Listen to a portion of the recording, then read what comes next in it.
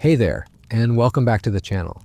Tonight, we're diving into one of the most famous stories from Greek mythology, but not in the way you might expect. We're talking about the 12 labors of Hercules, and trust me, by the end of this series, you're going to understand why being the strongest man alive was actually a complete nightmare. Now, before we get started, I'd love to know where you're watching from and what time it is for you right now. Drop a comment below. It's always fascinating to see our community spread across the globe, all united by a love for the darker, grittier side of history and mythology. If you enjoy these deep dives into the stories they don't tell you in school, make sure to hit that subscribe button. We've got so much more coming your way. So here's what most people think they know about Hercules. Strong guy, did some impressive tasks, became a hero, the end. But that sanitized version completely misses the point. The 12 labors weren't some heroic journey of self-discovery.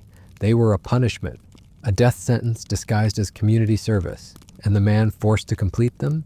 He was broken, desperate, and quite literally losing his mind. Picture this. You've just committed the most horrific act imaginable. In a fit of madness sent by the gods themselves, you've killed your own wife and children. You wake up from this divine-induced psychosis to find their bodies at your feet, your hands still stained with their blood. The guilt is crushing you. The shame is unbearable. You want to die, but even that escape is denied to you. Instead, you're told there might be a way to cleanse yourself of this unforgivable sin. All you have to do is complete 12 simple tasks, 12 labors that will purify your soul and restore your honor. Sounds reasonable, right? Wrong, because those 12 tasks, they were specifically designed to kill you. Each one was a death trap wrapped in the promise of redemption. The man who assigned them to you, your cousin King Eurystheus, wasn't trying to help you find peace. He was trying to rid himself of a dangerous embarrassment while looking like the reasonable one. And here's what makes this story even more twisted. Hercules knew it. He understood that every labor was meant to be his last. But he had no choice. The oracle at Delphi had spoken. The gods demanded it. And when you're dealing with beings who can drive you insane on a whim, you don't negotiate. You obey, and you hope you're strong enough to survive what comes next. Tonight, I'm going to walk you through why each of these 12 labors was actually a carefully orchestrated attempt at execution.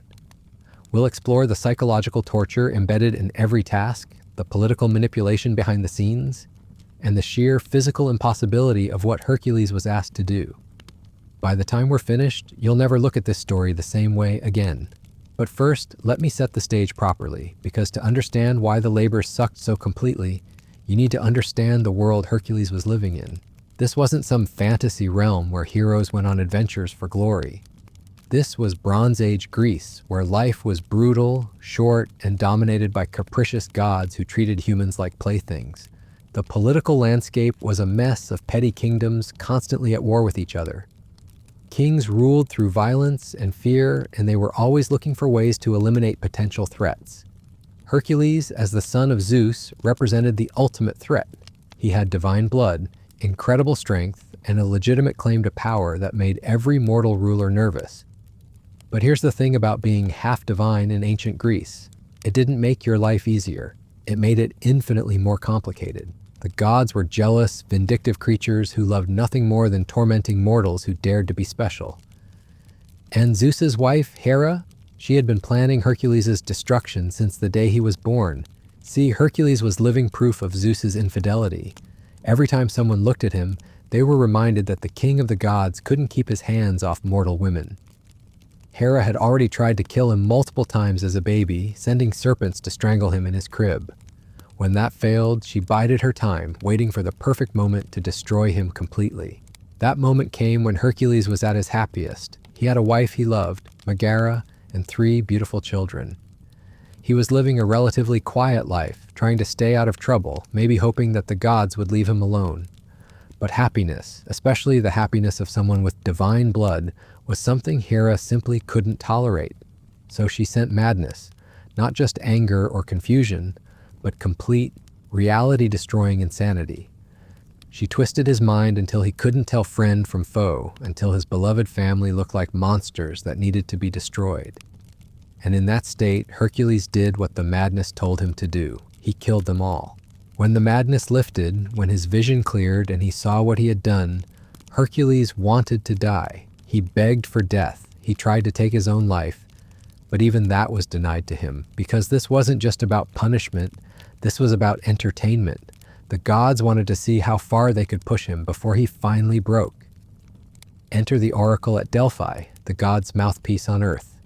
Hercules went to her seeking some way to atone for his crimes, some path to redemption that might allow him to join his family in death with a clean conscience. The oracle's answer: serve your cousin King Eurystheus for 12 years. Complete whatever tasks he sets for you. Only then will your sins be forgiven. Now, King Eurystheus was not exactly what you'd call heroic material. He was a coward, a weakling who had only gained his throne through divine intervention. As children, both he and Hercules had been candidates for the throne of Tyrants. Zeus had boasted that his son would rule, but Hera, ever the schemer, delayed Hercules' birth and hastened Eurystheus's, ensuring that her preferred candidate would be born first and thus inherit the crown. So here you have a terrified, incompetent king suddenly given power over the strongest man in the world, a man he knew could crush him with one hand, a man who had every reason to hate him and the divine connections to potentially do something about it. Eurystheus was clever enough to realize that this was his chance to eliminate a threat while appearing to follow divine will. The 12 labors weren't random tasks. They were carefully chosen death traps, each one designed to exploit a different vulnerability or push Hercules into an impossible situation. Eurystheus consulted with scholars, priests, and military advisors to craft challenges that would finally succeed where Hera's previous attempts had failed. And here's the truly diabolical part. By framing these death traps as labors of redemption, Eurystheus and the gods ensured that Hercules would have to attempt them alone. No help from friends, no divine assistance, no backup plan. After all, how could the tasks cleanse him of his sins if other people did the work? The isolation was built into the punishment. Think about the psychological impact of this setup. Hercules had already lost everything that mattered to him: his wife, his children, his peace of mind, his sense of identity as a protector. Now he was being told that his only hope of redemption lay in completing tasks that everyone expected to kill him. And he had to do it while carrying the weight of his crimes, the knowledge that every moment he continued to live was a moment his family remained dead. The first labor seemed almost insultingly simple after everything that had happened. Kill the Nemean lion. Just one lion. How hard could it be for the strongest man alive? But that's exactly what made it so cruel. After destroying his entire world, after losing everything he held dear, Hercules was being asked to start his path to redemption by killing a single animal. Except, of course, it wasn't just any lion. The Nemean lion was a monster, spawned by the same primordial forces that had created the gods themselves. Its hide was impenetrable. Arrows bounced off it like raindrops. Spears shattered against its skin. Swords bent and broke without leaving so much as a scratch. But here's what made this labor truly insidious. Everyone knew the lion was invulnerable. The people of Nemea had been trying to kill it for years with every weapon they could devise. Eurystheus knew, the oracle knew, the gods certainly knew, but nobody told Hercules. So picture our hero, already broken by guilt and grief, arriving in Nemea with his bow and arrows, his sword and spear, confident that his divine strength would be enough to complete this first task. Picture him discovering that every weapon in his arsenal was useless, that all his strength meant nothing if he couldn't actually hurt his target. This wasn't just about killing a monster. This was about crushing hope, about teaching Hercules that even the simplest seeming tasks would require him to suffer in ways he couldn't imagine, about showing him that his journey to redemption would be paved with failure, frustration, and the constant reminder that he was alone. And that was just the first labor. We haven't even gotten to the Hydra yet, with its regenerating heads and poisonous breath. Or the Erymanthian boar that was supposed to be captured alive, not killed. Or the Augean stables, which weren't really about strength at all, but about accepting a humiliation so profound that it would strip away the last vestiges of his heroic identity. Each task built on the psychological damage of the previous ones.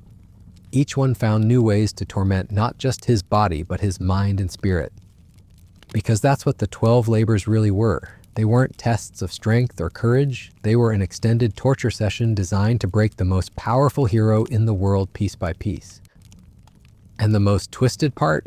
Hercules had to pretend to be grateful for the opportunity. He had to approach each labor as if it were a gift, a chance to prove himself worthy of redemption. He couldn't show anger at Eurystheus, couldn't rail against the injustice of it all, couldn't even acknowledge what was really happening. Because the moment he stopped playing along with the charade, the moment he admitted that this was torture rather than penance, the deal was off. His only path to redemption would disappear. So he smiled, he bowed. He said, "Yes, my lord, and thank you for this opportunity," while inside he was screaming. While every fiber of his being wanted to grab Eurystheus by the throat and demand to know why a coward who had never faced real danger in his life got to decide how a grieving father should atone for his sins. The labors were designed to take advantage of every aspect of Hercules' nature. His strength, which became useless when faced with invulnerable opponents or tasks requiring finesse. His straightforward, honest personality, which left him vulnerable to trickery and manipulation. His desperate need for redemption, which made him willing to attempt the impossible rather than accept that some sins might be unforgivable.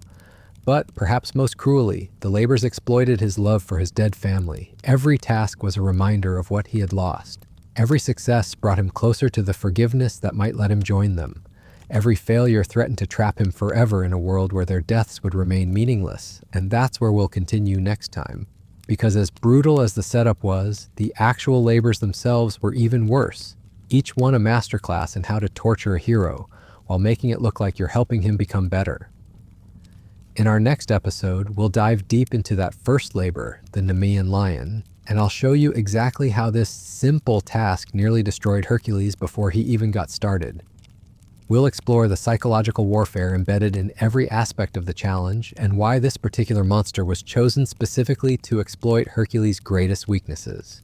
Trust me, once you understand what was really happening here, you'll never see heroic myths the same way again. The thing about the Nemean lion that nobody talks about is how perfectly it was designed to break Hercules psychologically before it even tried to kill him physically. See, when you're dealing with someone who's just murdered his own family in a fit of divine madness, you don't need to destroy their body first. You start with their mind. Picture Hercules arriving in the valley of Nemean. He's probably spent weeks walking there, carrying his weapons, rehearsing in his head how this first labor will go. Maybe he's even feeling a tiny spark of hope. After all, he's killed lions before. He's the strongest man alive. How hard could this possibly be? The first thing he would have noticed is the silence. No birds singing, no insects buzzing, no small animals scurrying through the underbrush. Just an oppressive, unnatural quiet that makes your skin crawl and your heart beat faster. Because nothing lives in the territory of a monster like this. Everything with sense has fled or been devoured. Then he would have seen the bones, scattered everywhere like a carpet of death. Not just animal bones, mind you. Human skulls mixed in with the remains of sheep and cattle. The skeletons of warriors who had come before him, thinking they could succeed where others had failed. Men who had died screaming as the lion's claws tore through their armor like it was made of paper. But here's the truly insidious part. Hercules would have recognized some of those weapons lying among the bones, the best craftsmanship available. Bronze spearheads that had been forged by master smiths, swords that had cost small fortunes, arrows fletched with the finest feathers and tipped with the sharpest points money could buy, all of them bent, broken, completely useless. And Hercules is standing there, looking at this graveyard of failed heroes, holding essentially the same equipment they had, the same bronze weapons that had proven utterly worthless against his target. The psychological impact would have been crushing, because here's what the storytellers never mention. Before he ever laid eyes on the actual lion, Hercules had to confront the reality that he was probably going to die. That all his divine strength, all his legendary skill with weapons, all his determination to atone for his sins might not be enough. That he might become just another skeleton in this valley of bones. His quest for redemption ending before it truly began. Now imagine the weight of that realization when you're already carrying the guilt of infanticide. When you're already questioning whether you deserve to live at all. The lion hadn't even shown up yet, and it was already winning the psychological war. But it gets worse, because when the Nemean lion finally did appear, it wasn't some mindless beast driven by hunger. This creature was intelligent, cunning. It understood exactly who Hercules was and why he was there. And it took its time. The lion didn't rush into battle. It didn't roar and charge like a normal predator. Instead, it sat at the mouth of its cave and watched Hercules with those golden eyes, studying him, learning his movements, letting the tension build until our hero's nerves were stretched to the breaking point. Think about how that must have felt. You're standing in a valley of bones, holding weapons you now suspect are worthless, being analyzed by a creature that has killed dozens of men stronger and better equipped than you, and it's in no hurry. It's savoring your fear. When Hercules finally shot his first arrow, the lion didn't even flinch. The bronze arrowhead struck its flank and bounced off like it had hit a stone wall. The lion looked down at the fallen arrow, then back at Hercules, and if lions could smile, this one definitely would have. That's when the real torture began. Hercules tried everything. He shot arrow after arrow, each one clattering uselessly to the ground. He hurled his spear with enough force to punch through a tree trunk, only to watch it snap in half against the lion's hide. He drew his sword and charged, putting all his divine strength behind the blow, and the blade shattered like glass. And through it all, the lion just watched. Occasionally it would yawn, showing off teeth the size of daggers. Sometimes it would stretch, displaying claws that could disembowel a man with a casual swipe. But it didn't attack, not yet. It was enjoying the show. This wasn't combat, this was humiliation. The lion was demonstrating that everything Hercules thought he knew about fighting, about strength, about being a hero, was completely meaningless here. It was reducing the strongest man in the world to a frightened child throwing pebbles at a mountain. And here's the psychological masterpiece of it all. The longer this went on, the more Hercules would have started to think about his family, about how he had failed to protect them when it mattered, about how his strength had been turned against them by Hera's madness. And now, when he needed that strength to begin making amends, it was failing him again. The guilt must have been overwhelming, not just the original guilt of their deaths, but fresh guilt about his inability to even start the journey toward redemption. He was letting them down all over again. Their deaths would remain meaningless because he couldn't even complete the first task that might give those deaths some purpose. But the lion wasn't finished with its psychological warfare. When it finally decided to attack, it didn't go for the kill immediately. It played with him, knocked him down, and then backed off. Slashed at him just deeply enough to draw blood, but not deeply enough to end the fight. It was a cat toying with a mouse, and it wanted Hercules to understand his new position in the food chain. Every swipe of those claws was a reminder that he was no longer the apex predator. Every casual display of the lion's invulnerability was the proof that his legendary status meant nothing here. The creature was systematically dismantling not just his weapons and his tactics, but his entire identity as a hero. And then came the moment when Hercules realized the horrible truth. The only way to win was to get close enough to strangle the beast with his bare hands, to abandon every weapon, every technique, every strategy he'd ever learned, and rely solely on his raw strength in a contest where one mistake meant death. Think about what that meant psychologically. He had to choose to give up every advantage he thought he had. He had to voluntarily make himself more vulnerable, not less. He had to bet everything on the one asset that had already betrayed him when Hera's madness turned it against his family. The strangling of the Nemean lion wasn't a triumphant victory. It was a desperate, terrifying gamble by a broken man who had run out of options. Hercules didn't defeat the lion through skill or strategy or divine favor. He survived through pure, stubborn refusal to die, and even then, it nearly killed him. The ancient sources don't dwell on this, but the fight must have lasted hours. Hercules wrapped his arms around the lion's throat and squeezed while the creature thrashed and clawed and tried to shake him off. His hands would have been torn to shreds. His arms would have felt like they were being ripped from their sockets. His lungs would have burned as he struggled to maintain his grip while being slammed against rocks and trees. And all the while, he would have been thinking about his children, about how they had struggled in his arms when the madness took hold, about how their small hands had clawed at him just like the lion's paws were clawing at him now. The parallel would have been inescapable and absolutely devastating. When the lion finally went limp, when Hercules finally felt its heartbeat stop beneath his blood-soaked hands, there was no joy, no sense of accomplishment, just exhaustion and the horrible realization that this was only the beginning, that he had 11 more of these nightmare scenarios waiting for him.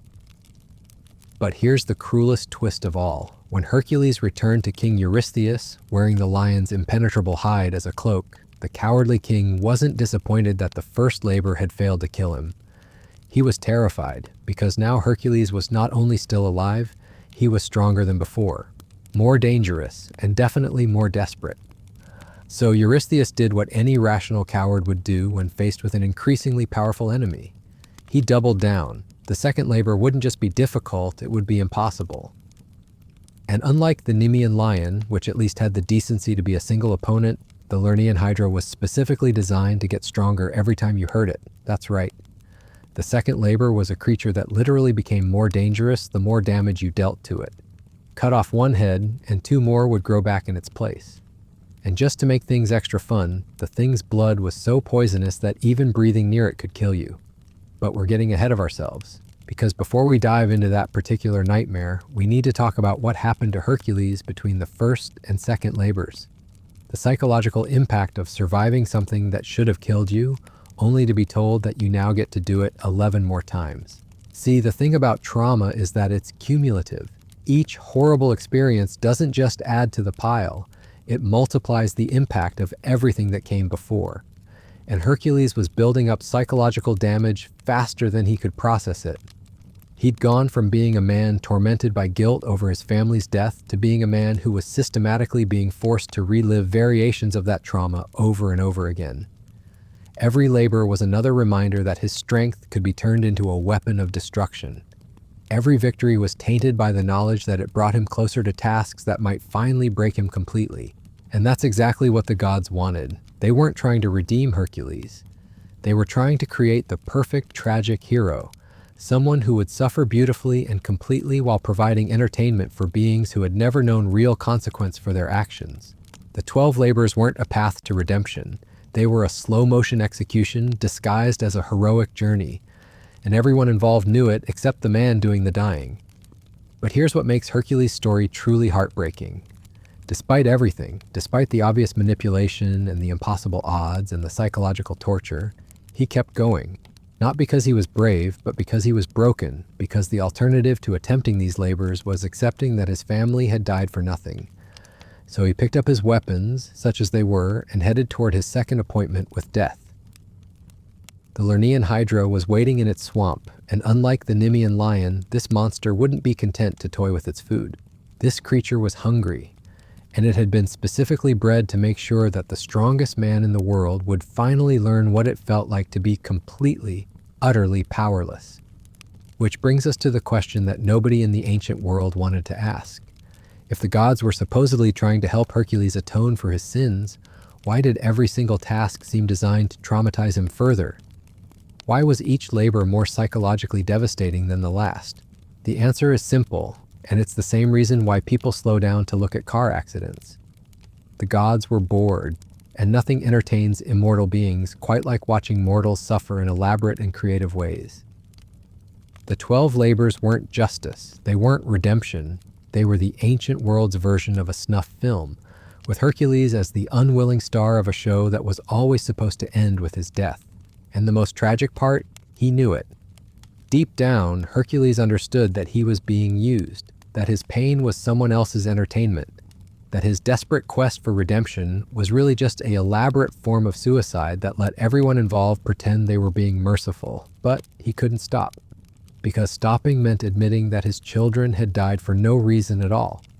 And that was the one truth that would have destroyed him faster than any monster ever could. So he kept walking toward the swamp where the Hydra waited, kept pretending that maybe, just maybe, if he suffered enough, if he endured enough, if he bled enough, the gods might actually let him earn the forgiveness that would allow him to join his family in death. The second labor was about to begin, and this time the monster wouldn't just try to kill him, it would make sure he understood exactly how much worse things could get before the end finally came. The swamp where the Hydra lived wasn't just a geographical location, it was a psychological landscape designed to strip away every last shred of confidence Hercules might have gained from surviving the Nemean lion. because if the first labor was about proving that his weapons were useless, the second labor was about proving that his victories were meaningless. Think about the symbolism here. Hercules had just accomplished the impossible. He'd killed an invulnerable monster with his bare hands. He was wearing its hide as proof of his triumph. For maybe the first time since murdering his family, he might have felt like he was actually making progress toward redemption. And where does Eurystheus send him next? Into a festering swamp where the very air could kill you, where the ground sucked at your feet with every step, where the smell of decay and poison was so overwhelming that even breathing became a conscious effort to avoid death. The message was crystal clear. Your victory means nothing. Your strength means nothing. You're still going to die screaming, and we're going to make sure you suffer every step of the way. But here's what makes the Hydra truly diabolical as an opponent. It wasn't just dangerous, it was specifically designed to punish success. Every time you thought you were winning, every time you managed to cut off one of its heads, the creature literally became stronger, more dangerous, more likely to kill you. Imagine the psychological impact of that mechanic on someone who was already questioning whether he deserved to live. Hercules would strike what should have been a killing blow, watch the severed head fall to the ground, and then see two new heads sprouting from the wound, each one angrier than the last, each one more venomous. It was like the universe itself was telling him that his efforts to atone for his sins were making everything worse, that every step toward redemption was actually dragging him deeper into damnation, that maybe, just maybe, some crimes were so heinous that even the gods couldn't forgive them. And that's when the real torture began, because the Hydra didn't just fight with teeth and claws, it fought with poison. Venom so potent that it could kill you just by getting on your skin. Toxic breath that burned your lungs with every inhalation. A creature that could murder you slowly, agonizingly, while you were still trying to figure out how to hurt it. Picture Hercules, already exhausted from his journey through the swamp, facing a monster that got stronger every time he attacked it. His eyes are streaming from the poisonous fumes. His skin is blistering where drops of venom have splashed on him. And with every swing of his sword, with every head he manages to sever, the situation gets worse. This wasn't combat. This was systematic psychological destruction. The Hydra was teaching Hercules that hope itself was his enemy, that the very act of trying to succeed was guaranteed to make him fail more spectacularly. And here's the detail that the sanitized versions always leave out.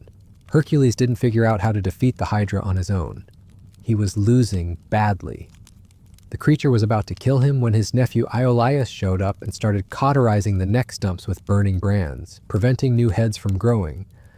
But even that moment of hope, that brief respite where victory seemed possible, was poisoned by the rules of the labors, because accepting help meant the task didn't count. Eurystheus could declare the labor invalid and force Hercules to start over with something even worse. So our hero had to make an impossible choice: die fighting the Hydra alone or survive with help and face the political consequences. Either way, he was being set up to lose. The system was rigged from the beginning, and everyone knew it except the man whose life was on the line. When Hercules finally did manage to defeat the Hydra, when the last head lay severed and cauterized at his feet, there was no celebration, because he knew what was coming. He knew that Eurystheus would find some excuse to invalidate the labor, some technicality that would turn his hard-won victory into another failure. And sure enough, that's exactly what happened. The cowardly king declared that since Iolaus had helped with the cauterizing, the second labor didn't count. Hercules would have to complete an additional task to make up for this failure. The psychological cruelty of it was breathtaking. Think about what that did to a man who was already hanging on by a thread. He'd just survived something that should have killed him twice over. He'd outsmarted a creature specifically designed to be unbeatable. He'd proven that even when the odds were impossible, even when the very act of fighting made things worse, he could still find a way to win. And his reward? Being told it didn't matter. That all his suffering, all his ingenuity, all his desperate courage was worthless because of a technicality that everyone knew was manufactured specifically to hurt him. This is where the 12 labors revealed their true purpose. They weren't tests of strength or heroism. They were a masterclass in learned helplessness. A systematic program designed to teach the strongest man in the world that no matter what he did, no matter how hard he tried, no matter how much he sacrificed, it would never be enough. But it gets worse. Because the third labor, the Ceryneian Hind, was specifically designed to exploit the psychological damage from the first two. Where the Nemean lion had taught Hercules that his weapons were useless and the Hydra had taught him that his victories were meaningless, the Ceryneian Hind was going to teach him that his very nature as a hero was fundamentally wrong. See, this wasn't just any deer, this was a sacred animal, beloved by the goddess Artemis. It had golden horns and bronze hooves, and it could run faster than an arrow in flight.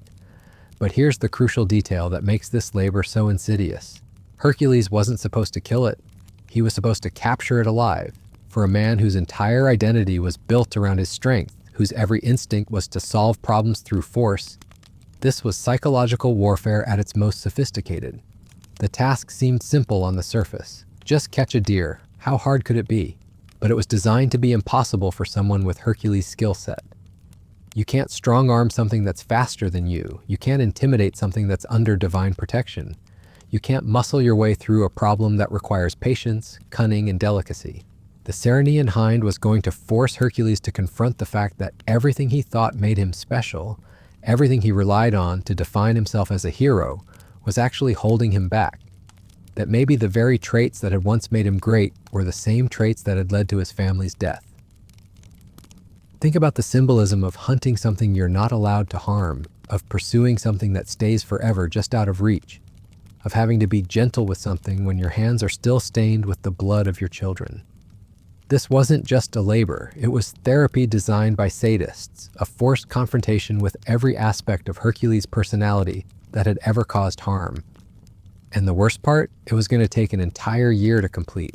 One full year of chasing something he couldn't catch, pursuing something he couldn't kill, trying to solve a problem that his greatest strengths only made worse. 12 months of being reminded daily that maybe, just maybe, the world would be better off if he simply didn't exist. But even that psychological torture paled in comparison to what was waiting for him after the Ceryneian Hind. Because the fourth labor, the Erymanthian Boar, was going to force him to confront something even worse than his own inadequacy. It was going to force him to face the fact that the people he was trying to protect were terrified of him, that his very presence in their lives was a source of terror rather than comfort, that maybe the real monster in all these stories wasn't the creatures he was fighting, but the man who was strong enough to fight them. The Erymanthian boar lived on a mountain, and it was known for its incredible ferocity and size. But the truly insidious part of this labor wasn't the boar itself. It was what happened when Hercules brought it back alive, as instructed. King Eurystheus took one look at the massive, furious creature that Hercules had somehow managed to capture, and he literally hid in a bronze jar. A grown man, a king, reduced to cowering like a child because he was so terrified of what Hercules might do to him. And that's when our hero realized the horrible truth. It didn't matter that he was trying to atone for his sins. It didn't matter that he was following the gods' instructions to the letter. It didn't matter that he was doing everything possible to prove he was worthy of redemption. People would always see him as a monster. His strength, his divine heritage, his very existence was a source of fear for everyone around him. He wasn't becoming a hero through these labors. He was becoming more isolated, more alien, more fundamentally separated from the humanity he was trying to rejoin. The psychological impact of this realization would have been devastating.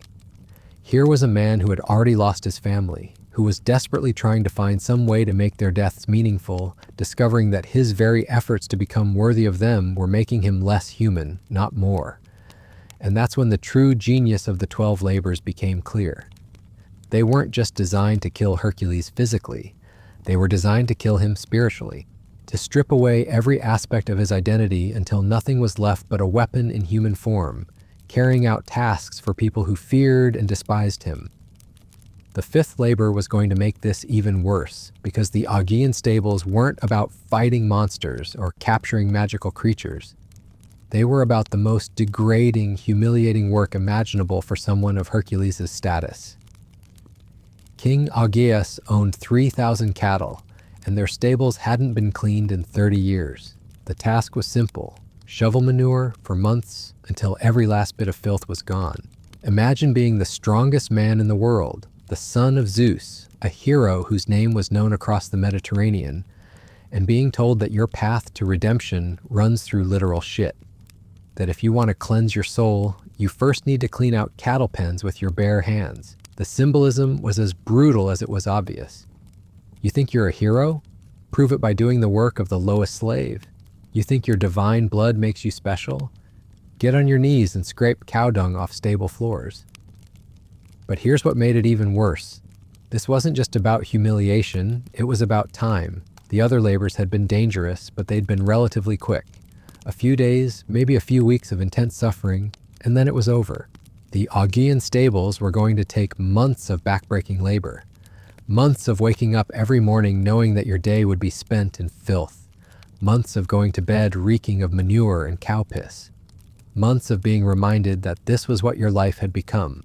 And the whole time, while he was shoveling shit in a stable, Hercules would have been thinking about his children, about how they used to run to greet him when he came home, about how they'd wrinkle their noses if he came back from training smelling like sweat. What would they think of their father now? Would they even recognize the man who had once lifted them onto his shoulders, who had told them stories and sung them to sleep? Or would they see what everyone else saw, a broken creature, more beast than man, whose only value was his ability to complete tasks that no one else could survive? The psychological warfare embedded in the Augean stables was perhaps the most sophisticated yet, because it wasn't trying to kill Hercules quickly. It was trying to grind him down slowly, day by day, until he forgot what it felt like to have dignity. But even that wasn't the end of it, because when Hercules finally did complete the task, when he managed to clean 30 years worth of filth from those stables by redirecting 2 rivers to wash everything clean, King Augeas refused to pay him the promised reward.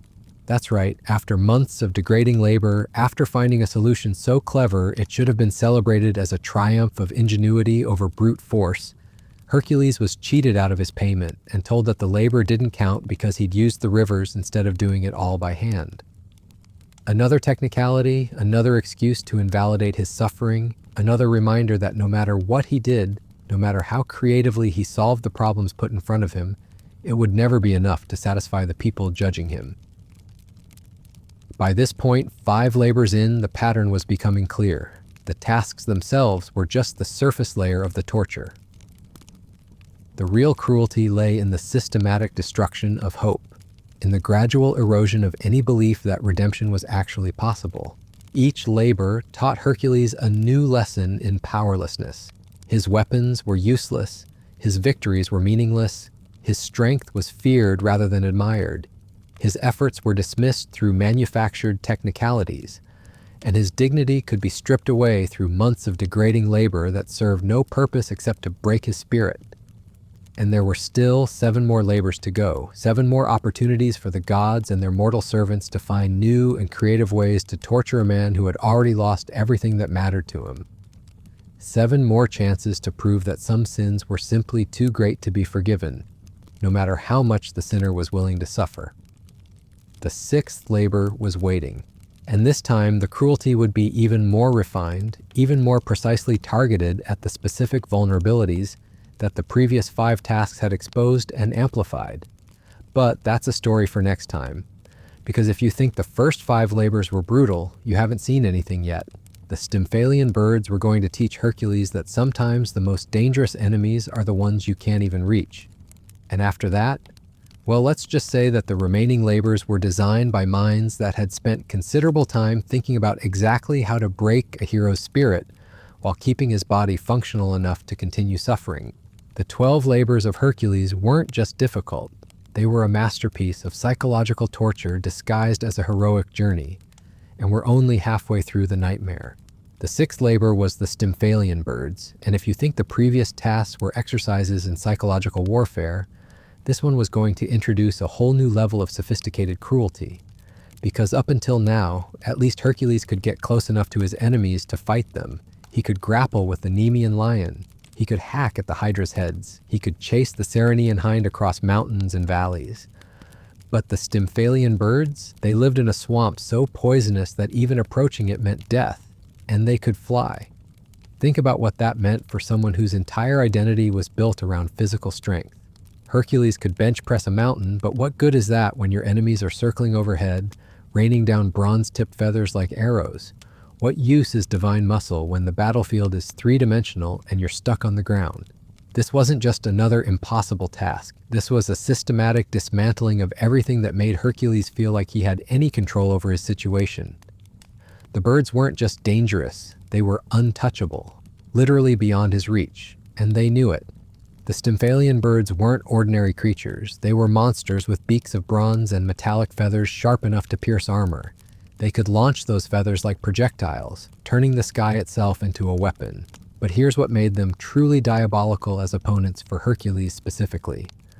They were intelligent enough to stay just out of range. Picture our hero standing at the edge of that toxic marsh, looking up at hundreds of these creatures circling overhead like vultures. They're close enough that he can see the malice in their eyes, close enough that their shadows pass over him as they wheel and turn, but far enough away that every weapon in his arsenal might as well be a child's toy. He could throw his spear with enough force to punch through a castle wall, but the birds would simply fly higher. He could shoot arrows until his quiver was empty, but they'd dance away from every shot like they were playing a game. And all the while, they'd be dropping their metallic feathers down on him, each one capable of killing a normal man. The psychological torture of this situation would have been exquisite. Hercules was being forced to confront his own helplessness while dodging death from above.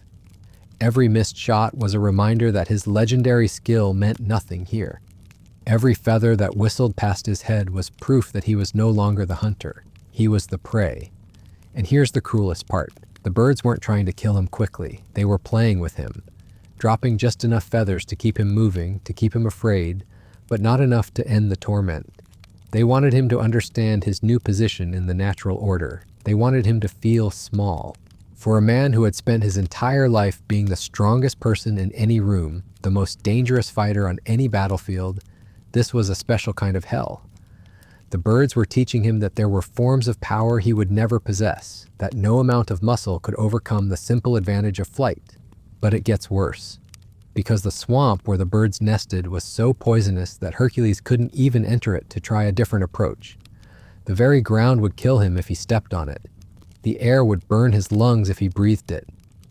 He was trapped on solid ground, looking up at enemies he couldn't reach, in a place he couldn't enter. The symbolism was devastating. Here was a man trying to cleanse himself of sin, trying to purify his soul, and he was being kept away from his goal by literal poison. The very air around his target was toxic. It was like the universe itself was telling him that some people are too contaminated to ever be clean. And that's when Athena showed up with her bronze castanets. Now you might think this was a moment of divine mercy. The goddess of wisdom taking pity on a suffering hero and giving him the tools he needed to succeed.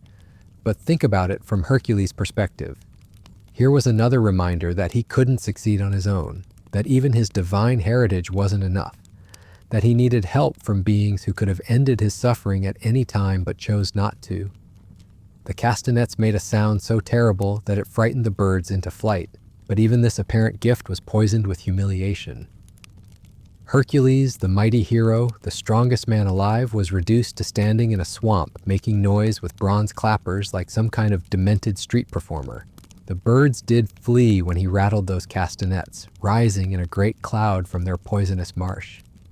And yes, some of them flew close enough for Hercules to shoot down with his arrows, but even in this moment of apparent victory, the message was clear.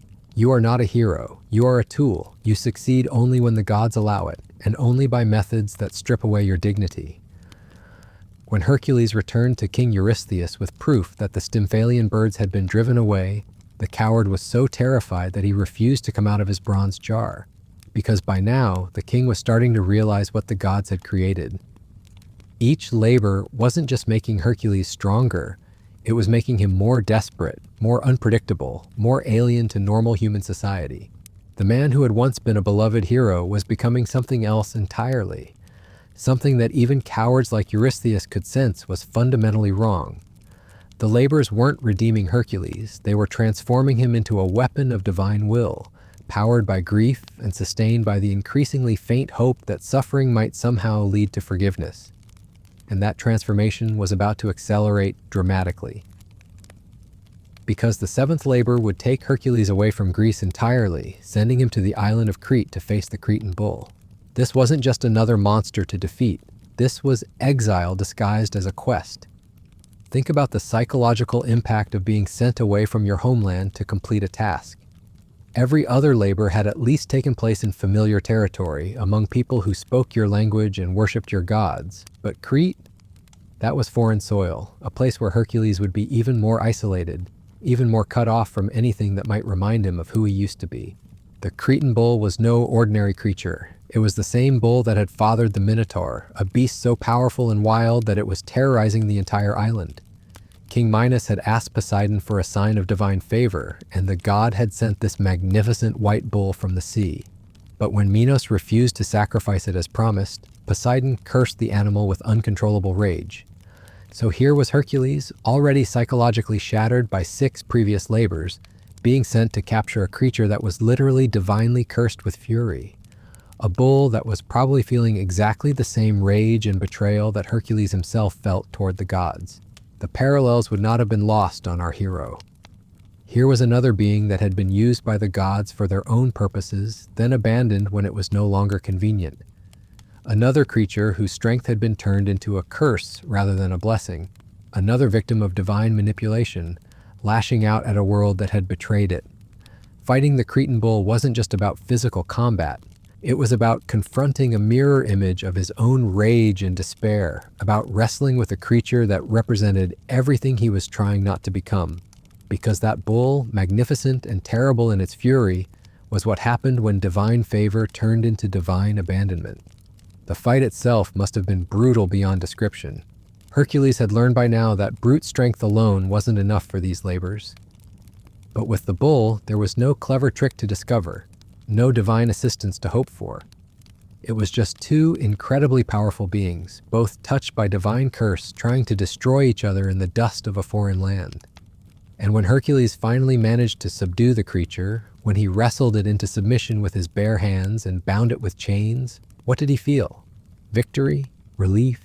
Or just the hollow recognition that he had defeated another victim of the same gods who were tormenting him? The journey back to Greece with the captured bull would have been its own form of torture. Days or weeks of travel, constantly guarding a creature that wanted nothing more than to kill him, reminded every moment of the rage and betrayal that he was carrying inside himself. The bull's fury was a constant mirror of his own inner state. And when he finally delivered the beast to Eurystheus, when he completed the 7th labor and stood waiting for the next impossible task, Hercules would have realized something truly horrifying.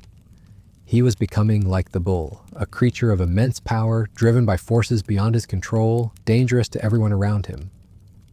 The 8th labor was waiting, and it would force him to confront that realization head-on, because the mares of Diomedes weren't just wild horses. They were carnivorous monsters that had been fed human flesh until they were utterly mad with bloodlust. And capturing them would require Hercules to become exactly the kind of monster he was trying to atone for being. King Diomedes of Thrace had turned his horses into weapons of terror, feeding them the flesh of his enemies until they developed a taste for human blood.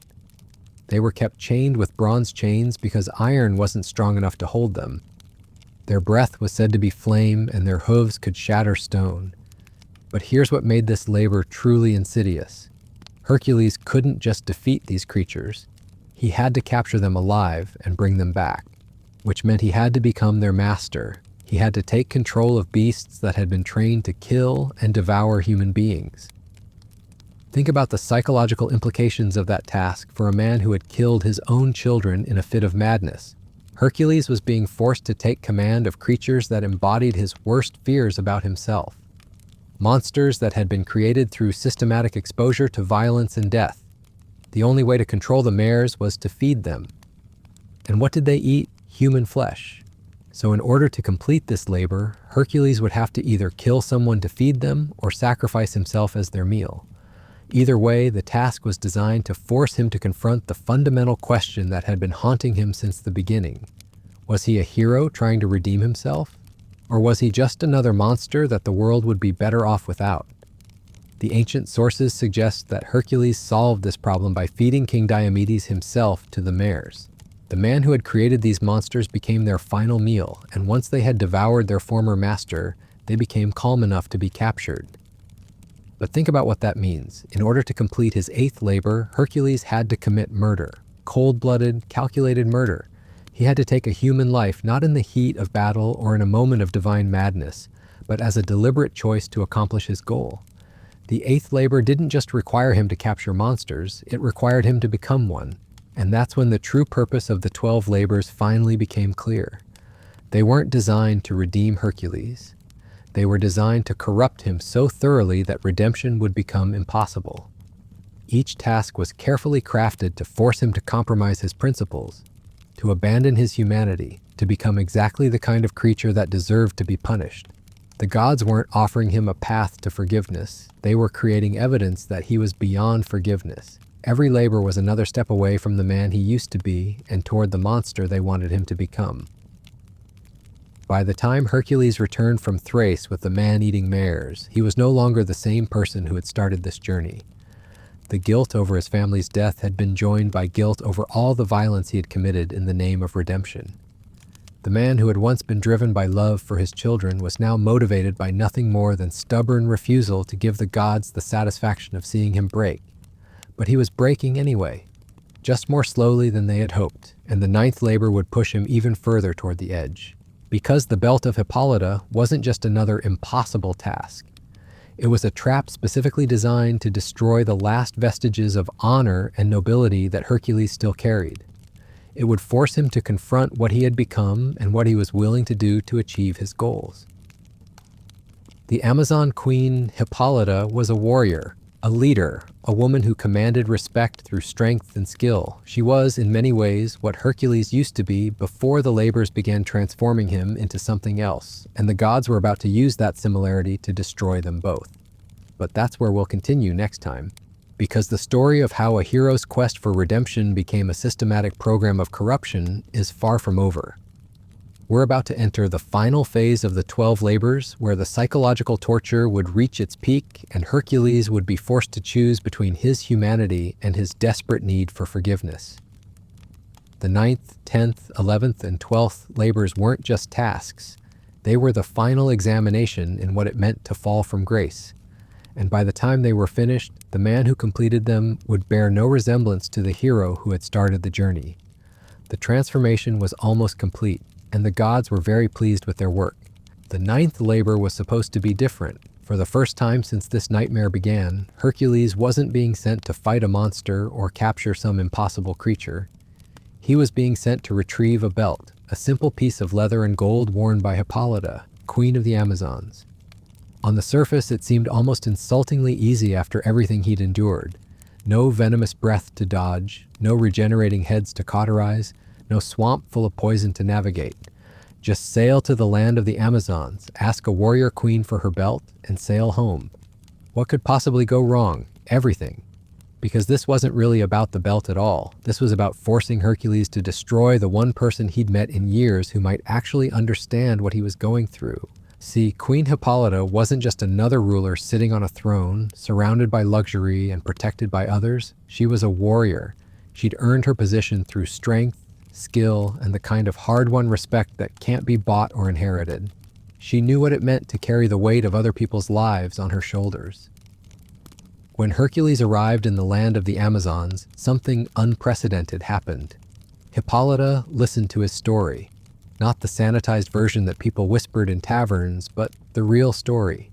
The guilt, the madness, the impossible tasks, the systematic humiliation. She heard about the technicalities and the manufactured failures and the way each labor had been designed to chip away another piece of his soul. And she understood, because she'd faced her own impossible choices, her own moments where doing the right thing required sacrificing everything she held dear. She recognized the look in his eyes, the particular kind of exhaustion that comes from carrying burdens that no one else can even comprehend. For the first time since his family died, Hercules found himself talking to someone who didn't flinch when he approached, someone who wasn't afraid of his strength or intimidated by his reputation, someone who looked at him and saw a person instead of a weapon or a monster or a cautionary tale. Hippolyta could have simply given him the belt. The ancient sources suggest that she was actually willing to do exactly that. She understood that he was trapped in a system designed to destroy him, and she had no desire to be part of that destruction. But the gods couldn't allow that to happen. Because if Hercules completed a labor through compassion and understanding, if he succeeded because someone showed him kindness instead of fear, it would undermine the entire psychological program they'd constructed. It would suggest that redemption might actually be possible through human connection rather than divine punishment. So Hera intervened. She whispered to the Amazon warriors that Hercules was there to kidnap their queen, that his story about needing the belt was just a cover for a more sinister purpose, that this legendary hero was really just another man who saw powerful women as prizes to be claimed. Think about the cruel genius of this manipulation. Hera didn't lie exactly. She just twisted the truth in a way that made it impossible for anyone to act with compassion. The Amazons, protective of their queen and naturally suspicious of strange men claiming to need something from them, prepared for battle. And Hercules, seeing armed warriors surrounding him, assumed he was facing another impossible combat scenario, another test where he'd have to fight his way to victory against overwhelming odds. The battle that followed wasn't glorious, it wasn't heroic, it was a tragedy orchestrated by divine manipulation, where two groups of essentially good people slaughtered each other based on manufactured mistrust and carefully planted fears. Hippolyta died in that battle, the one person who might have shown Hercules that redemption was possible, who might have offered him a different path forward, was killed by the very system that was supposed to be helping him atone for his sins. And here's the most devastating part. Hercules had to take her belt from her corpse.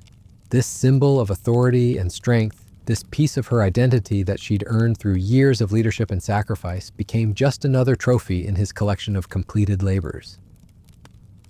The ninth task wasn't just about retrieving an object, it was about teaching Hercules that human connection was a luxury he could no longer afford, that anyone who showed him kindness would be destroyed by the forces that controlled his fate.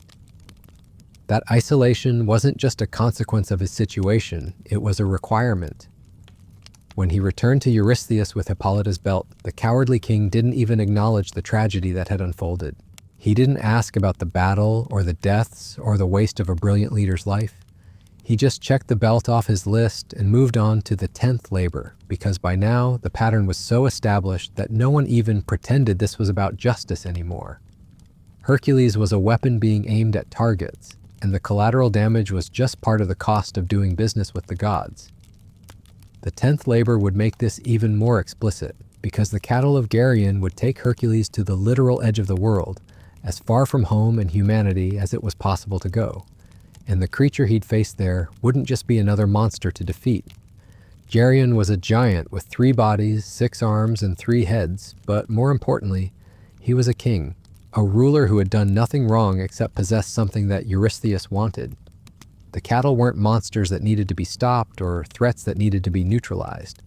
They were just valuable animals owned by someone who had the misfortune of being weaker than Hercules. This wasn't even pretending to be about heroism anymore. This was theft, armed robbery on a cosmic scale, and everyone involved knew it. The journey to Geryon's island took Hercules across the Mediterranean and beyond, to the very pillars of the world where the ocean met the sky. He traveled alone as always, carrying the weight of 9 completed labors and the growing certainty that he was no longer the man he used to be. Along the way, he had to fight his way through tribes and monsters and natural disasters. Not because these were part of his assigned task, but because the world had learned to fear him. His reputation preceded him now, and people attacked him on sight rather than risk what he might do to them. Every battle was another reminder of what he'd become. Every death was another weight on his conscience. Every mile traveled was another step away from any possibility of returning to a normal life. When he finally reached Geryon's island, when he faced the 3-bodied giant and his monstrous 2-headed dog Orthrus, Hercules wasn't fighting to protect anyone. He wasn't saving innocence or stopping evil. He was committing murder for the sake of livestock theft. The battle was brutal and one-sided. Geryon was strong, but he was fighting alone against a man who had been systematically trained by divine torture to kill anything that stood between him and his goals. The giant's 3 bodies meant nothing against arrows that could punch through bronze, and his kingdom fell in a single afternoon. Hercules drove the stolen cattle back across the known world, fighting off everyone who tried to stop him or reclaim what he'd taken. Because by now, that's what he'd become, a thief who killed anyone who tried to interfere with his theft. The psychological impact of this realization must have been crushing. Here was a man who had started this journey desperate to atone for killing his family, and now he was murdering innocent people to steal their property. The labors weren't redeeming him. They were turning him into exactly the kind of monster that heroes were supposed to stop. But he couldn't quit. Because quitting meant admitting that his children had died for nothing. That all the suffering he'd endured, all the people he'd killed, all the bridges he'd burned had been pointless. The sunk cost fallacy had become a psychological prison, and the gods held the only key. The 11th labor would make this even worse, because the golden apples of the Hesperides weren't just guarded by a dragon. They belonged to the gods themselves. Stealing them would require Hercules to commit the ultimate act of rebellion against the very beings who controlled his fate. But here's the truly diabolical part. The gods wanted him to steal from them. They were setting up a scenario where Hercules would be forced to betray his divine heritage, to attack the cosmic order that he was supposedly trying to rejoin through his labors. It was the perfect trap. If he refused to steal the apples, he'd fail the labor and remain trapped in his cycle of punishment. But if he succeeded, he'd be a thief who had robbed the gods themselves. Either way, he'd be proving that he was unworthy of redemption. The garden where the apples grew was at the edge of the world, guarded by Atlas's daughters and a dragon that never slept. But reaching it would require Hercules to torture information out of Nereus, the old man of the sea. Another act of violence against an innocent, another step away from anything resembling heroism. And when he finally did reach the garden, when he stood before the tree that bore golden fruit in defiance of all natural law, Hercules faced a choice that would define the rest of his existence. He could take the apples himself, accepting full responsibility for the theft and the betrayal it represented. Or he could trick Atlas into doing it for him, making the Titan complicit in his own cosmic crime. The ancient sources tell us he chose trickery, that he convinced Atlas to retrieve the apples while he temporarily held up the heavens, then tricked the Titan into taking the burden back. It was clever, it was effective. It was also the act of a man who had completely abandoned any pretense of honor or nobility. Hercules wasn't just stealing from the gods, he was manipulating another victim of divine punishment into helping him do it. By the time he returned with the golden apples, Hercules had traveled to the literal edge of existence and back. He'd tortured innocents, murdered a king, stolen sacred objects, and betrayed the trust of another being who was trapped in divine punishment. And his reward, being told that there was one more labor waiting, one final task that would supposedly complete his journey and grant him the redemption he'd been seeking for over a decade. The 12th labor was going to be special. Because this time, Eurystheus wasn't just trying to kill Hercules, he was trying to damn him. The task would require our hero to descend into the underworld itself and steal death's own guardian. Cerberus, the three-headed dog that guarded the gates of Hades, wasn't just another monster. It was the boundary between life and death, between the world of the living and the realm of the dead. Stealing it would require Hercules to violate the most fundamental law of existence. But here's what makes this labor the most psychologically devastating of all. In order to enter the underworld, Hercules would have to face his family. The wife and children he'd killed in his divine madness would be there, in the realm of the dead, and he'd have to walk past them to reach his target. Imagine that moment. After 12 years of torture disguised as redemption, after becoming everything he'd once fought against, Hercules would finally see Megara and their children again. They'd be right there, close enough to touch, and he wouldn't be able to stay with them because he still had a job to finish, a dog to steal from the god of death himself. The 12th labor wasn't just about proving that Hercules could go anywhere and take anything. It was about forcing him to choose between his love for his family and his desperate need to complete the system that was supposedly going to reunite them.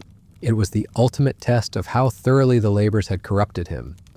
Would he stop when he saw his children's faces? Would he abandon his quest and accept whatever punishment the gods chose to inflict? Or would he walk past them, ignore their presence, and complete his mission like the weapon he'd been trained to become? The answer to that question would determine not just whether Hercules completed his 12 labors, but whether there was anything left of the man who had started this journey. Whether the person who emerged from the underworld would be a redeemed hero or just another monster wearing a hero's name. And that's where we'll pick up next time. Because the descent into Hades wasn't just the final labor. It was the final examination in what it meant to fall from grace. And the man who returned from that journey would bear no resemblance to the loving father who had once sung lullabies to his children. The 12 labors were almost complete, and Hercules was almost gone. The descent into the underworld wasn't just a journey to another place, it was a journey to another state of being entirely. Because when you're already dead inside, when you've systematically murdered every aspect of your former self through 11 labors of increasing brutality, physically crossing into the realm of the dead becomes almost anticlimactic. But the gods weren't done with their psychological masterpiece yet. They had saved the cruelest twist for last. See, most heroes who descended into Hades had guides. Orpheus had his lyre to charm the guardians. Aeneas had the Sibyl to show him the way. Even Odysseus had specific rituals and sacrifices that would protect him from the worst horrors of the underworld. Hercules, he was sent alone. No guide, no protection, no divine assistance. Just a man so broken by guilt and violence that the gods figured he'd fit right in among the damned. The entrance to the underworld wasn't some grand gateway or mystical portal. It was a cave, a dark, unremarkable hole in the ground that breathed out the cold air of eternity. Standing at its mouth, Hercules would have felt that chill seeping into his bones, carrying with it the whispers of every soul that had ever died. And among those whispers, if he listened carefully, he might have heard familiar voices. The laughter of children who would never grow up, the voice of a wife who had trusted him to protect her. The psychological impact of that moment would have been staggering. Here was a man who had spent 12 years trying to earn the right to join his family in death, and now he was voluntarily entering the realm where they waited.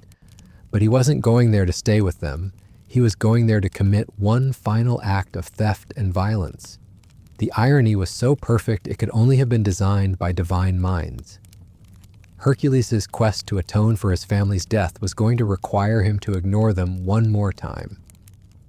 As he descended through the layers of the underworld, past the rivers of fire and sorrow, past the fields where the ordinary dead wandered in confusion, Hercules would have been surrounded by the consequences of violence. Every soul there had died somehow, and many of them had died violently. Some had been murdered by bandits, others had fallen in wars they didn't understand for causes they didn't believe in. Still others had been killed by heroes seeking glory, fame, or redemption. Heroes like him. The deeper he went, the more familiar the dead would have become, not because he recognized individual faces, but because he recognized the types. Warriors who had died for other people's ambitions. Kings who had been assassinated for political convenience. Innocent bystanders who had simply been in the wrong place when powerful people decided to solve their problems with violence. And at the very bottom, in the deepest part of Hades, where the worst sinners were punished for eternity, Hercules would have found his peers. Other people who had committed unforgivable acts and spent their afterlives paying for them. Tantalus, forever reaching for fruit that disappeared when he tried to grasp it, punished for killing his own son and serving the child's flesh to the gods. Sisyphus, eternally pushing a boulder up a mountain only to watch it roll back down, condemned for his arrogance and cruelty toward visitors. These weren't monsters. They were people who had made choices, terrible choices, and now spent eternity confronting the consequences. They were what Hercules would become if his quest for redemption failed, but they were also what he had already become through his quest for redemption. Think about the parallel between Tantalus and Hercules. Both had killed their children. Both were being tortured by the gods as punishment. The only difference was that Tantalus had accepted his fate, while Hercules was still pretending that more violence might somehow balance the scales. The encounter with Cerberus should have been the climax of the entire 12-labor sequence. This wasn't some random monster terrorizing a village. This was one of the fundamental forces that kept the universe functioning properly. Cerberus didn't guard the underworld because it was evil or chaotic. It guarded the underworld because the boundary between life and death needed to be maintained. By stealing Cerberus, Hercules would be attacking the cosmic order itself. He'd be declaring that his personal need for redemption was more important than the fundamental laws that governed existence. And here's what makes this even more psychologically devastating. Hades, the god of the underworld, didn't try to stop him. According to the ancient sources, Hades actually gave Hercules permission to borrow Cerberus, with one condition. He had to subdue the beast without using any weapons. Think about what that meant. The god of death was basically saying, sure, you can steal my guardian dog and potentially collapse the boundary between life and death. Just prove that you can do it with your bare hands.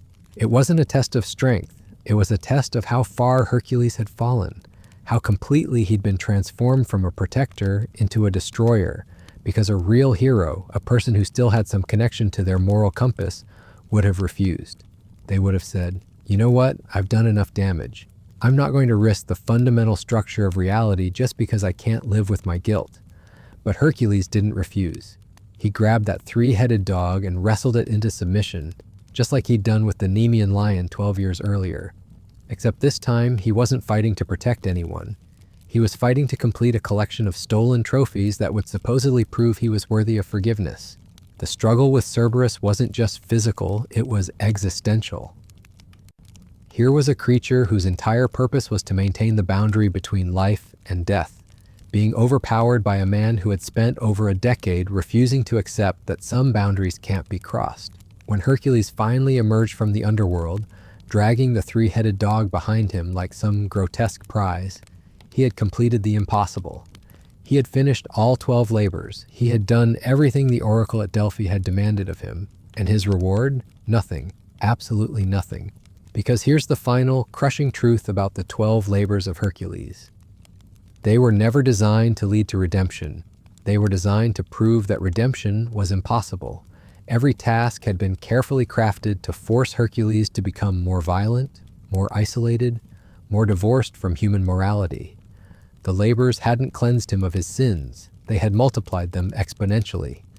By the time he stood before King Eurystheus with Cerberus at his side, Hercules had become exactly what the gods wanted him to be, a weapon of mass destruction that could be pointed at any target, no matter how innocent or sacred, and trusted to complete the job without question. The cowardly king took one look at the three-headed dog and immediately ordered Hercules to return it to the underworld. Because even Eurystheus, for all his petty cruelty, understood that some lines shouldn't be crossed, that some boundaries existed for the protection of everyone. But Hercules had already crossed those lines. He'd proven that he was willing to steal from the gods themselves, to violate the fundamental laws of existence, to ignore his own family in pursuit of a redemption that had never been real. When he returned Cerberus to Hades and emerged from the underworld for the second time, Hercules was technically free. His sentence was complete. His labors were finished. The oracle's conditions had been met, but freedom meant nothing to a man who no longer existed. The person who had started this journey, the loving father who had wanted nothing more than to atone for his family's death, was gone. In his place was something else entirely, something that wore his name and carried his memories but bore no resemblance to the man he used to be. The 12 labors had been a success. Not because they had redeemed Hercules, but because they had destroyed him so completely that redemption was no longer possible. And that's the real tragedy of this story. Not that a hero fell from grace, but that his fall was orchestrated by the very beings who were supposed to represent justice and mercy. The gods didn't want Hercules to atone for his sins. They wanted to use those sins as an excuse to create the perfect weapon. Someone strong enough to do anything, broken enough to never question orders, and isolated enough to never develop loyalties that might interfere with his usefulness. The man who emerged from the 12 labors wasn't a hero, he was a monster wearing a hero's reputation. And the most horrifying part? He was exactly what the world had always secretly wanted him to be. Because deep down, in the darkest parts of human nature, people don't really want their heroes to be moral or just or kind. They want them to be effective. They want someone who can solve their problems through violence while allowing them to maintain the comfortable fiction that they're still the good guys. Hercules had become that solution, a man who could commit any atrocity, cross any line, violate any principle, all while carrying the label of hero, the perfect weapon for imperfect people who needed terrible things done but didn't want to dirty their own hands. The 12 labors weren't just the story of one man's fall from grace. They were a blueprint for how to systematically destroy someone's humanity, while convincing them that they're on a path to redemption. They were a masterclass in psychological manipulation, designed by minds that understood exactly how to exploit guilt, hope, and desperation to transform a protector into a predator. And they worked perfectly. By the time Hercules completed his 12th labor, he was no longer capable of the kind of moral reasoning that might have led him to question his orders. He'd been trained, through years of carefully escalating trauma, to see violence as the solution to every problem and obedience as the highest virtue. The gods had created their perfect servant, someone who would never say no, never ask uncomfortable questions, and never develop inconvenient scruples about collateral damage. And the most tragic part? Hercules probably still believed he was the hero of his own story. After everything he'd been through, after all the innocent blood on his hands, he likely still thought that somewhere, somehow, his suffering had meaning, that his family's death had been given purpose through his pain, that the 12 labors had transformed him into something worthy of redemption rather than something that needed to be stopped. But the truth was simpler and more terrible than that. The 12 labors had succeeded beyond the gods' wildest dreams. They had taken a man capable of love and mercy and twisted him into something that knew only duty and violence. They had created a hero who would never hesitate to destroy whatever stood between him and his goals, no matter how innocent or sacred. They had built the perfect monster and convinced him that he was saving the world. And that's why the 12 labors of Hercules sucked, not because they were difficult or dangerous or unfair, though they were all of those things.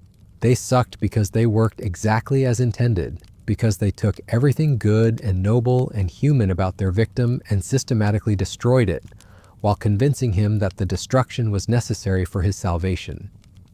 The 12 labors were the perfect crime, a murder disguised as a mercy, the systematic destruction of a human soul packaged as a heroic journey.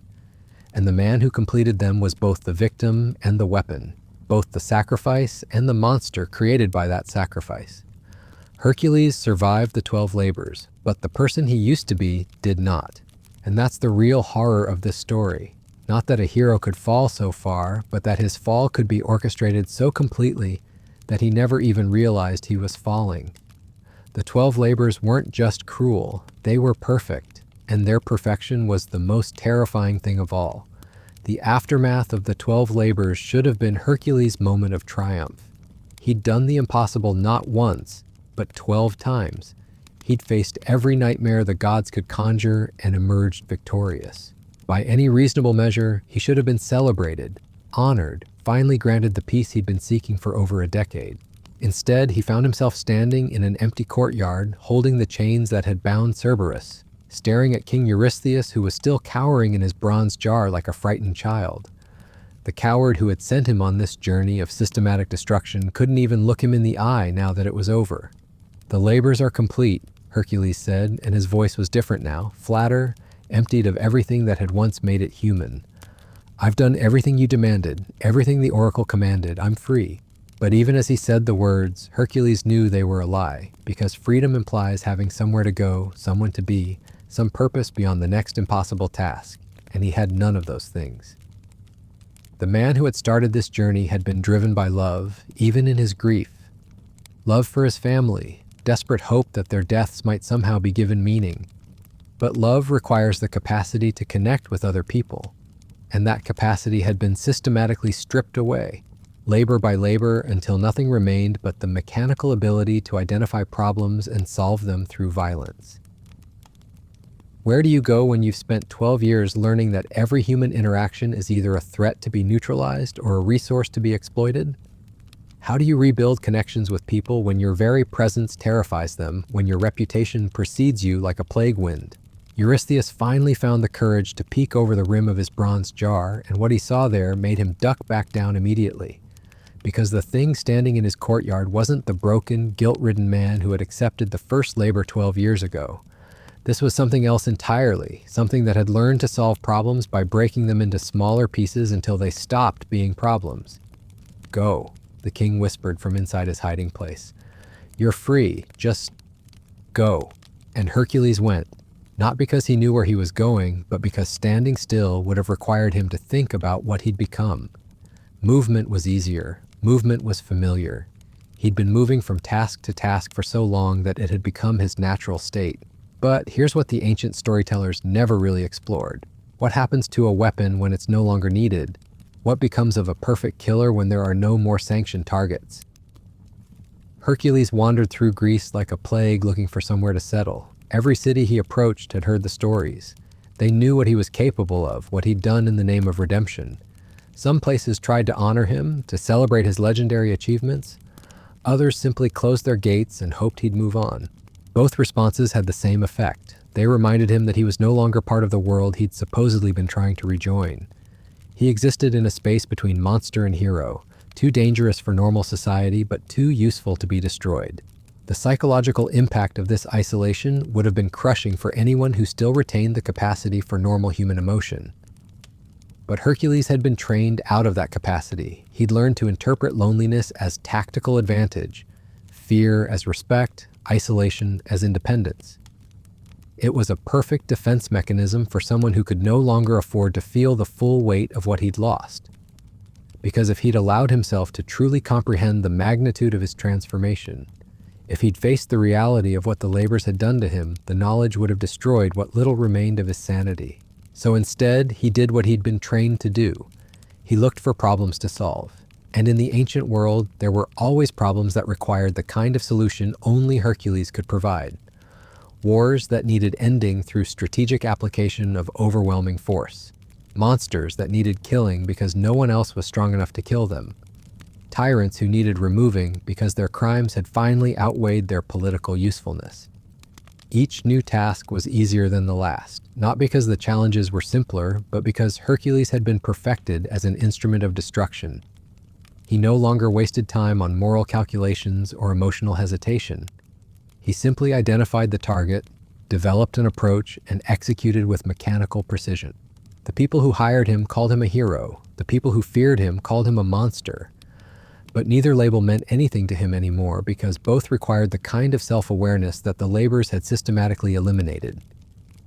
He was neither hero nor monster. He was a function, a force of nature in human form, as inevitable and impersonal as an earthquake or a flood. And that's perhaps the most disturbing aspect of what the 12 labors had accomplished. They hadn't just destroyed Hercules' capacity for moral reasoning. They'd made that destruction feel natural, even necessary, because a weapon that stops to consider the ethics of its use is a weapon that might hesitate at the crucial moment. The gods had created something perfect in its imperfection. A being powerful enough to reshape the world according to divine will, but empty enough to never question whether that will was just or wise. But perfection, even twisted perfection, comes with its own problems, because a weapon that never questions orders is also a weapon that never refuses them. And in the hands of beings as capricious and petty as the Greek gods, that kind of absolute obedience was bound to create new disasters. The post-labor period of Hercules' life reads like a catalog of increasingly senseless violence. Wars started over perceived slights, cities destroyed because their kings had offended the wrong immortal. Innocent people caught in divine crossfire and eliminated with the same mechanical efficiency he'd once reserved for genuine monsters. Each new atrocity was justified by the same logic that had driven the original 12 labors: service to the gods, obedience to divine will. The greater good as defined by beings who had never experienced genuine consequence for their actions. And through it all, Hercules continued to be celebrated as a hero, because the alternative, acknowledging what he'd actually become, would have required confronting some very uncomfortable truths about the nature of power, justice, and the price of creating perfect weapons. It's easier to maintain the fiction that violence in service of the right cause is inherently noble. That strength wielded by the proper authorities is automatically just, that someone who has suffered enough has earned the right to make others suffer in return. These comfortable lies allowed society to continue using Hercules, while pretending that they weren't complicit in what he'd become. They could point to his legendary status, his divine parentage, his tragic backstory, and convince themselves that the monster in their midst was actually their protector. But monsters don't stop being monsters just because you call them heroes. And weapons don't become less dangerous just because you convince yourself that you're pointing them at acceptable targets. The 12 labors had created a perfect storm of psychological damage, social enablement, and divine manipulation. The result was a being capable of unlimited destruction, convinced of his own righteousness, and surrounded by people too frightened or too invested in his usefulness to challenge his actions. It was a formula for catastrophe, and catastrophe was exactly what the ancient world got. Because the story of Hercules doesn't end with the completion of his labors. It continues through decades of increasingly unhinged violence, justified by an ever-expanding definition of divine justice, and enabled by a society that had forgotten how to say no to its own weapons. The man who had once sung lullabies to his children became something that children were taught to fear in their bedtime stories. The protector became the thing that needed to be protected against. The hero became the monster that future heroes would have to stop. And the most tragic part? He never saw it coming. The psychological conditioning of the 12 labors had been so thorough, so perfectly calibrated, that Hercules genuinely believed he was still the same person who had accepted that first impossible task. He carried the same name, the same memories, the same desperate hope that somewhere, somehow, his suffering had meaning. But the person those things had once belonged to was gone, replaced by something that could wear his identity without ever understanding what it had lost. The 12 labors of Hercules weren't just cruel, they were a masterpiece of psychological warfare, disguised as a redemption arc and packaged as heroic legend. They took a man who was capable of love, mercy, and genuine moral reasoning and transformed him into something that knew only duty, violence, and the mechanical pursuit of ever more distant goals. They succeeded so completely that their victim never even realized he'd been destroyed. He spent the rest of his life believing he was becoming a better person, while actually becoming something that would have horrified the man he used to be. And perhaps that's the most disturbing lesson of all, that the most effective way to destroy someone isn't to break them quickly and obviously. It's to convince them that their destruction is actually their salvation, to make them complicit in their own annihilation by framing it as a journey toward something better. The 12 labors didn't just suck because they were impossible, dangerous, or unfair. They sucked because they worked, because they took everything human about their victim and convinced him to throw it away, piece by piece, in pursuit of a redemption that was never real, because they created the perfect monster and made him believe he was becoming the perfect hero, and because they did it so skillfully, so completely, that even today, thousands of years later, we still tell the story as if it were inspirational rather than horrific. The 12 labors of Hercules weren't a heroic journey. They were a murder disguised as a makeover, and their success was the most terrifying thing of all. That's the story they don't want you to hear, the real story behind one of mythology's most celebrated heroes. Because when you strip away the sanitized retellings and Hollywood heroics, when you look past the marble statues and inspirational quotes, what you find is something far darker and more disturbing than anyone wants to admit. The 12 labors weren't a triumph of the human spirit. They were a systematic program of psychological destruction, carried out with surgical precision by beings who understood exactly how to break a person while convincing them they were being healed. And here's what makes this story so relevant today. We live in a world that still celebrates this kind of transformation. We still tell stories about broken people who find redemption through violence. We still believe that suffering enough, enduring enough, sacrificing enough will somehow balance the scales of justice. We still create systems that promise salvation through systematic dehumanization, that tell people their pain has purpose, their trauma has meaning, their destruction is actually reconstruction. The 12 labors are everywhere around us, wearing different names and different costumes, but operating on the same fundamental principle, that the right kind of suffering, applied in the right doses, can transform monsters into heroes. But Hercules' story teaches us something different. It shows us what actually happens when you try to build redemption on a foundation of escalating violence. When you convince someone that their humanity is a weakness to be overcome rather than a strength to be preserved. The man who completed those 12 labors wasn't redeemed. He was weaponized. He wasn't healed. He was hollowed out and refilled with purpose that served everyone except himself. And the most tragic part, he was grateful for it. Right up until the end, Hercules believed that his transformation was a gift rather than a curse. That losing his capacity for love and mercy and moral reasoning had made him stronger rather than emptier. He died as he had lived after the labors, serving purposes that weren't his own, fighting battles that weren't his to fight, convinced that his suffering had meaning when in reality it had simply been profitable for the beings who orchestrated it. The poison that killed him, derived from the blood of the Hydra he'd defeated in his second labor, was perhaps the perfect metaphor for his entire post-labor existence. Even in death, he was being destroyed by the consequences of tasks he'd completed in the name of redemption. The circular nature of it would have been beautiful if it weren't so horrible. The weapon he'd used to defeat the Hydra eventually became the weapon that defeated him.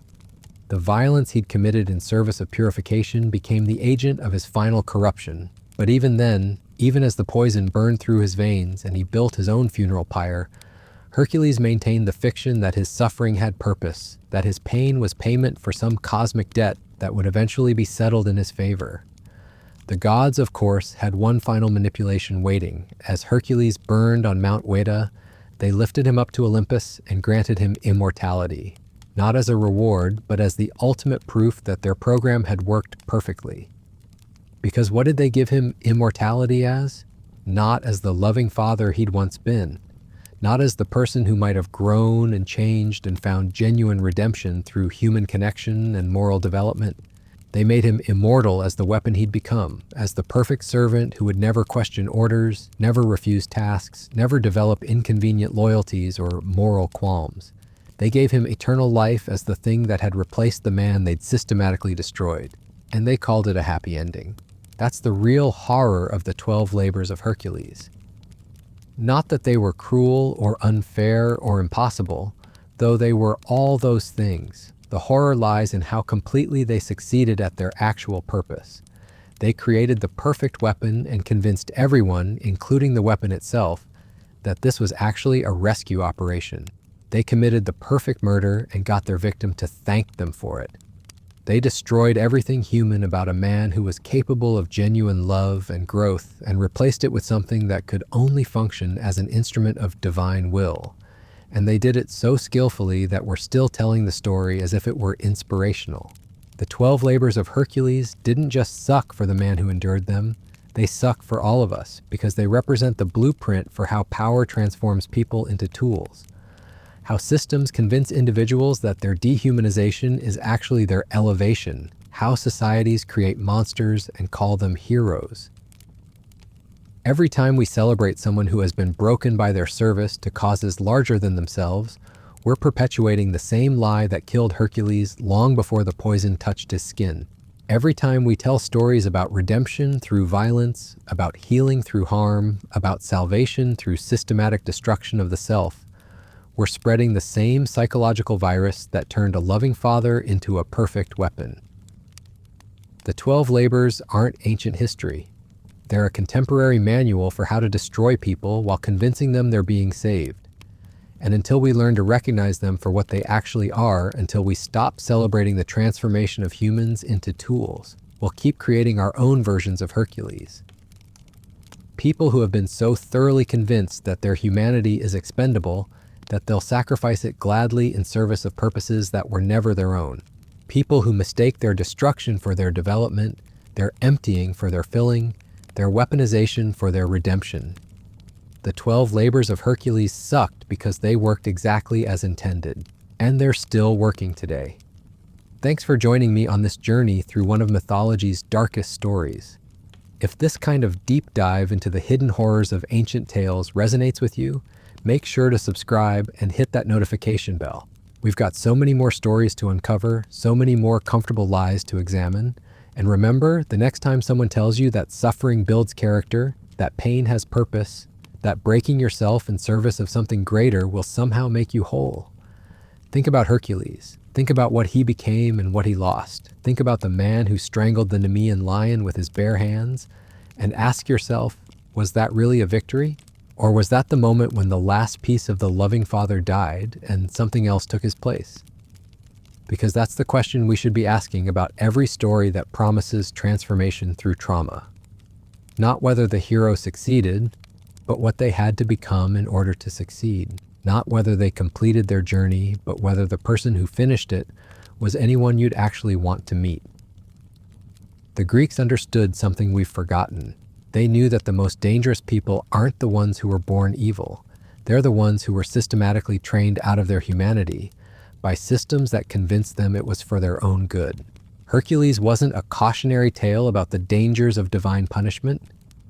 He was a cautionary tale about the dangers of divine salvation, about what happens when redemption becomes indistinguishable from destruction, when healing becomes indistinguishable from harm.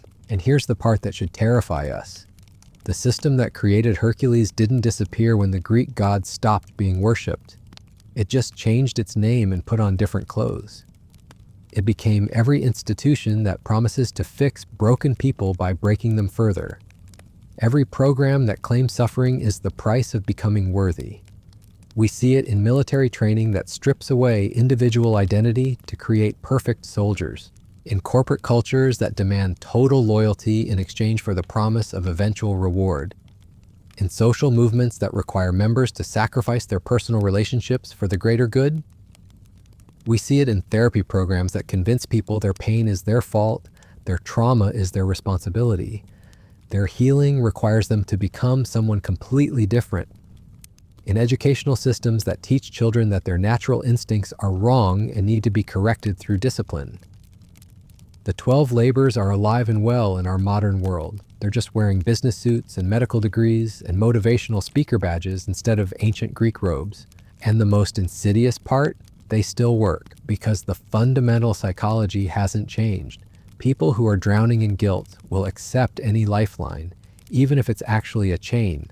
People who are desperate for redemption will endure any program that promises salvation, even if it's actually systematic annihilation.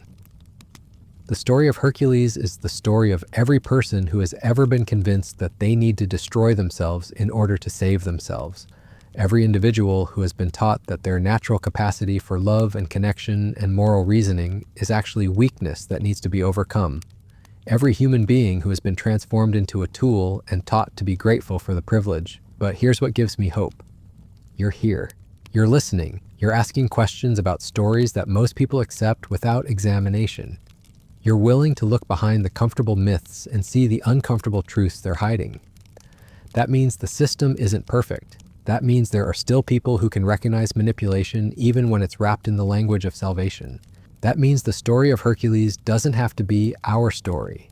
We can learn to spot the 12 labors before they destroy us. We can learn to recognize when someone is offering to fix us by breaking us further. We can learn to value our humanity instead of treating it as something to be overcome. Most importantly, we can learn to tell different stories. Stories about people who find redemption, not through systematic dehumanization, but through genuine growth. Not through learning to accept pain as payment, but through learning that they were never in debt to begin with. Stories about heroes who remain human even after they become powerful, who use their strength to protect rather than destroy, who understand that the greatest victory isn't conquering your enemies, but refusing to become one yourself. The 12 labors of Hercules sucked because they convinced a good man that becoming a weapon was the same thing as becoming worthy. They sucked because they worked so perfectly that we're still falling for variations of the same trick thousands of years later. But they don't have to keep working, not if we learn to see them for what they are. Not if we choose different stories, different heroes, different definitions of strength and redemption and worth. The labors of Hercules are over. His story is finished, but ours is still being written, and we get to choose whether it's a tragedy disguised as a triumph or something genuinely worth celebrating. Choose wisely. Your humanity depends on it. That's it for tonight's journey into the darkness behind the legend. If you made it this far, you're exactly the kind of person I make these videos for. Someone who isn't satisfied with surface-level stories, who wants to dig deeper into the uncomfortable truths that shape our world. Drop a comment and let me know what you think. Have you seen modern versions of the 12 labors in your own life? Share your location and time zone. I love seeing our global community of truth seekers come together in the comments. And if this deep dive resonated with you, if it changed how you look at heroic myths or modern systems of transformation, do me a favor and share it with someone who might need to hear it. Because the best way to fight against psychological manipulation is to teach people how to recognize it. Until next time, stay skeptical, stay human, and remember that the greatest heroes are the ones who refuse to let their heroism cost them their soul. Sweet dreams, and may your labors be ones you choose for yourself.